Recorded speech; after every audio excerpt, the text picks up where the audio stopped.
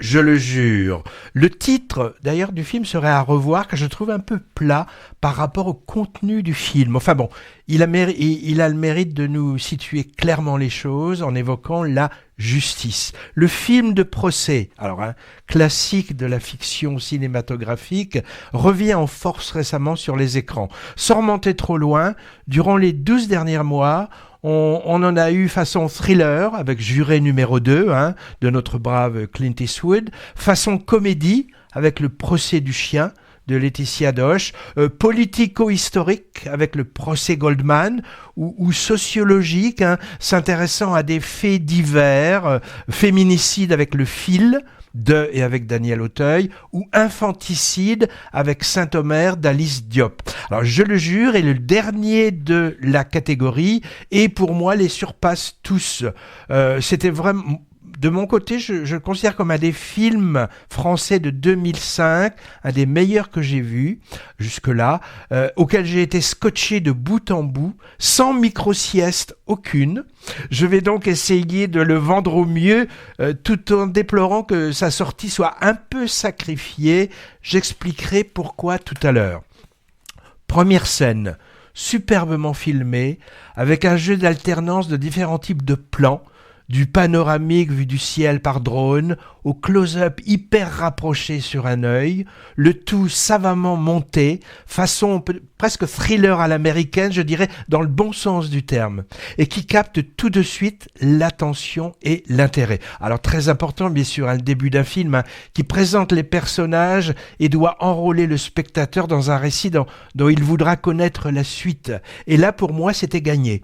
Il s'agit d'un moment de chasse et de fête qui suit, où beaucoup de choses nous sont non pas assénées, mais suggérées par la mise en scène sur la personnalité, par exemple, du protagoniste principal. Il s'agit de Fabio, alors, qui paraît peu fixé professionnellement, ouvrier du bâtiment en intérim, et sentimentalement pas trop fixé non plus. Il entretient une liaison secrète avec, vous verrez bien, je ne veux pas en dire trop non plus. Il va être désigné au sort pour être juré d'assises dans le procès en appel d'un jeune pyromane qui a causé la mort d'un pompier dans un incendie volontaire. Et il va se plier à l'injonction sans grand enthousiasme.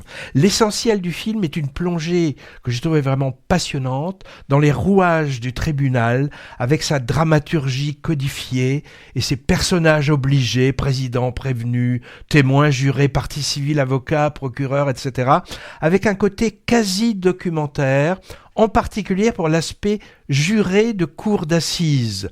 Le tout montré avec vraiment, j'ai trouvé un grand souci de réalisme. On est en fait à la place de Fabio, qui découvre ce monde de la parole qui lui est bien éloigné, lui le travailleur manuel intérimaire, effacé au milieu d'autres jurés venant plutôt de milieux intellectuels qui savent articuler leur point de vue, eux.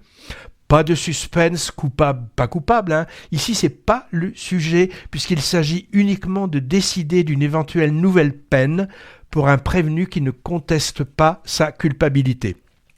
Le second volet du film concerne la vie de ce Fabio taciturne, en dehors de la salle d'audience ou de délibération, ses échanges avec son entourage et sa compagne cachée.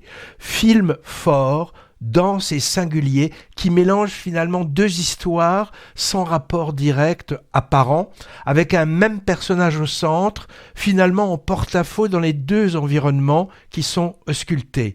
Le milieu populaire d'un côté, les amis, la famille, alors chaleureux sans doute, mais à tonalité assez masculiniste, chasse, alcool, drague lourde, où Fabio se sent contraint de maintenir sa relation intime clandestine, et de l'autre, le huis clos du prétoire avec son cérémonial et les délibérations du jury. Alors, ce qui relie peut-être les deux, c'est le silence et la décision de rupture de ce silence, car notre homme parle peu, mais écoute beaucoup, et on peut imaginer que les paroles entendues lors du procès et les discussions entre jurés le remuent et déclenchent sans doute quelque chose chez lui. On a finalement affaire à un récit d'apprentissage tardif, disons. C'est comme ça que je relis les deux côtés du film qui, sinon, auraient un peu de difficulté à se greffer l'un à l'autre. Chapeau bas pour la distribution des rôles qui mêle acteurs professionnels ou non. Marina Foïs est impériale et elle crève l'écran, comme on dit, en présidente ferme et bienveillante à la fois. Ensuite, deux découvertes. Pas sûr que ce soit des acteurs pros, je sais pas, mais au jeu impeccable. Julien Ernwein, forte présence en Fabio taiseux, et Marie Massala, superbe en femme aimante et patiente. Les deux montrant de façon rare et touchante le lien atypique qui les unit, jusque dans des moments de tendre sensualité superbement captés par la caméra.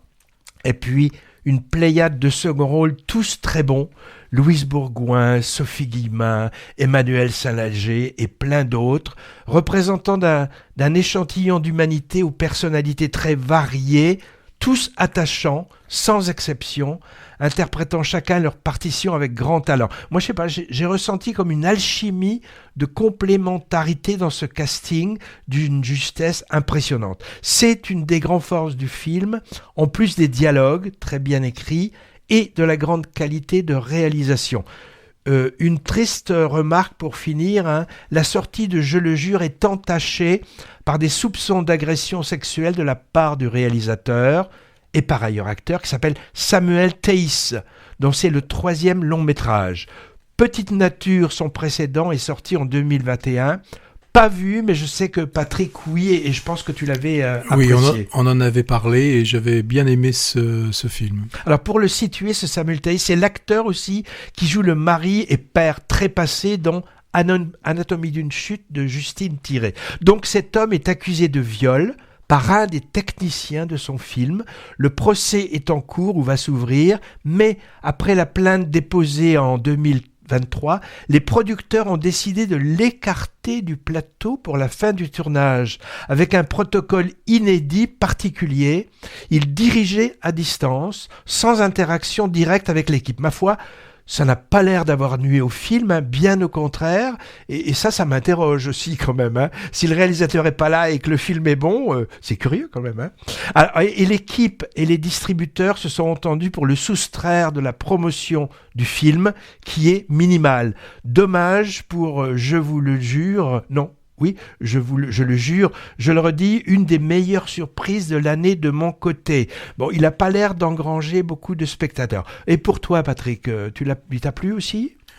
Oui, alors, bon, peut-être un petit peu moins que toi. C'est un film que j'ai trouvé fortement intéressant, avec donc le rôle, l'acteur principal qui va, sans dévoiler, qui va au fur et à mesure s'ouvrir. Il y a une sorte d'épanouissement pour ce jeune homme.